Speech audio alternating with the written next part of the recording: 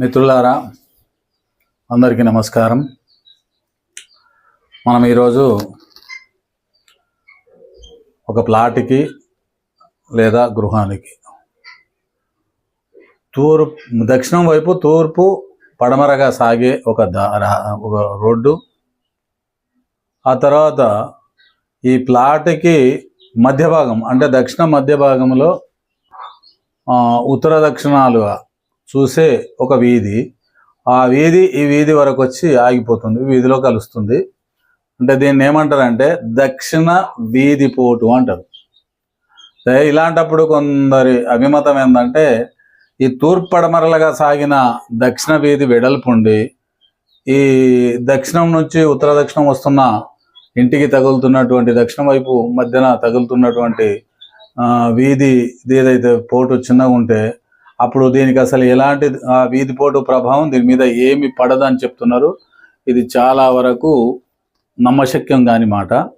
ఎందుకంటే ఒక పెద్ద కాలువలోకి చిన్న మురికి కాలువ నీళ్ళు వచ్చి పడ్డా కూడా ఆ పెద్ద కాలువలోని నీళ్లు మలినం అవ్వడం మీకు అందరికీ సుపరిచితమే, మీకు తెలియదేం కాదు. అలాగే అది చిన్న వీధి పోటైనా పెద్ద వీధి పోటైనా వీధి పోటు యొక్క దుష్ప్రభావం తప్పకుండా ఆ ప్లాట్కి కానీ ఆ గృహానికి కానీ తగలడం సత్యం. అలాగే ఇప్పుడు మీకు ఏంటంటే ఒకవేళ ఈ స్థలము సినిమా హాలు, వ్యాపార స్థలము అయితే ఇందులో జనము తొక్కిసలాటలో అశుభం పాలయ్యే అవకాశాలు చాలా వరకు ఉంటాయి. అలాగే ఒకవేళ అది కుటుంబమే అయినట్టుంటే కూడా అందులో పిల్లలు చాలా ఉండి అశుభం కొంతమంది కొన్ని పరిస్థితులలో అశుభ పాలయ్యే అవకాశాలు తప్పకుండా ఉంటాయి. కాకపోతే ఏంటంటే ఇందులో జనము యొక్క రాబడి అంటే కుటుంబ సభ్యుల యొక్క రాబడి ఎక్కువగా ఉండే అవకాశం ఉంటుంది. రావటం పోవటం ఇలాంటివి బాగా ఉండే అవకాశం కూడా ఉంటుంది. అయితే దీనివల్ల లాభాల కంటే కొంచెం నష్టాలే కొద్దిగా ఎక్కువ కనపడుతుంటాయి. కాబట్టి ఇలాంటి పరిస్థితుల్లో ఈ దక్షిణం వీధి పోటు ఎప్పుడైతే వచ్చిందో ఆ తగిలే అంత స్థలాన్ని వదిలేసి, అంటే ఆ దారి ఎట్లనైతే వస్తుందో అట్టే ఇటు దారి వదిలేసి ఇక్కడ కింది బాజు స్థలం, పడమట బాజు స్థలం ఎక్కువ ఉంటే దీనిలో నిర్మాణం చేసుకున్నా, లేకపోతే తూర్పు బాజు ఎక్కువ స్థలం ఉంటే దానిలో నిర్మాణం చేసుకున్నా మనకు వాస్తు శాస్త్రము యొక్క ధర్మాలు మనకు అందే సూత్రాలు మనకు ఉపయోగపడే అవకాశాలు ఉంటాయి. ఒకవేళ ఇటు కానీ అటు కానీ గృహము నిర్మించలేము, అది మనకు సరిపోదు అన్నప్పుడు ఈ స్థలాలను వదులుకోవడం బెస్ట్ అని నా అభిప్రాయం. ఎందుకంటే ఇది ముందు దాదాపు ఒక 10 నుంచి 12 సంవత్సరాల తర్వాత చాలా బాగా ఇబ్బంది పెట్టే అవకాశం ఉంటుంది. కాబట్టి మిత్రులారా, కొందరు చెప్పొచ్చు మీకు నాకు ఇట్లనే ఉంది, నాకేం కాలేదని. అదే ఎందుకంటే నైరుతి దోషం ఉన్న వాళ్ళు, ఇప్పుడు ఇది దక్షిణం వీధి పోటు అంటే ఇక్కడ పక్కన నైరుతి ఉంటుంది. ఈ నైరుతికి సంబంధం ఉన్న ప్రతి వ్యక్తి కూడా తనకేది జరిగినా తను జరగలేదనే చెప్పుకుంటూ వెళ్ళిపోతుంటాడు.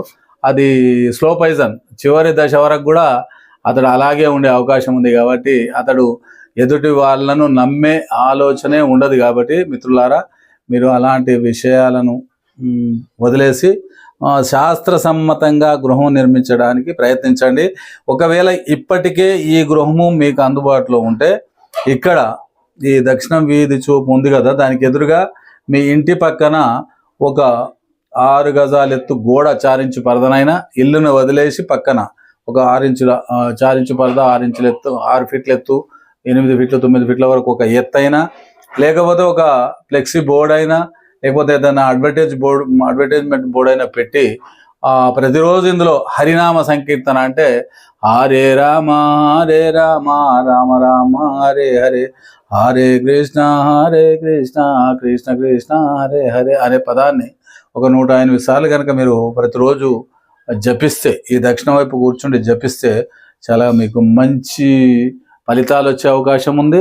అలాగే ఈ సుబ్రహ్మణ్య స్వామికి కూడా గుర్తు చేసుకుంటే, సుబ్రహ్మణ్య స్వామి ఆలయానికి వెళ్ళి దర్శనం చేసుకున్నా మీకు సత్ఫలితాలు పొందే అవకాశం ఉంటుంది. కాబట్టి ఇలాంటి వాటిలో మీకు ఏది నచ్చితే అది చేసుకునే ప్రయత్నం చేయండి. మిత్రులారా, ఈ విషయాలను విమర్శించడం కంటే ఒకసారి ఆలోచించి ప్రయత్నించి చూడండి. చూస్తే మీకు దీని ఫలితాలు, సత్ఫలితాలు మీ అనుభవంలోకి వస్తాయనేది నా అభిప్రాయం. నేను మీ అన్వర్ బాషా. మళ్ళీ వీడియోలో కలుద్దాం. అప్పటి వరకు సెలవు. అందరికీ నమస్కారం.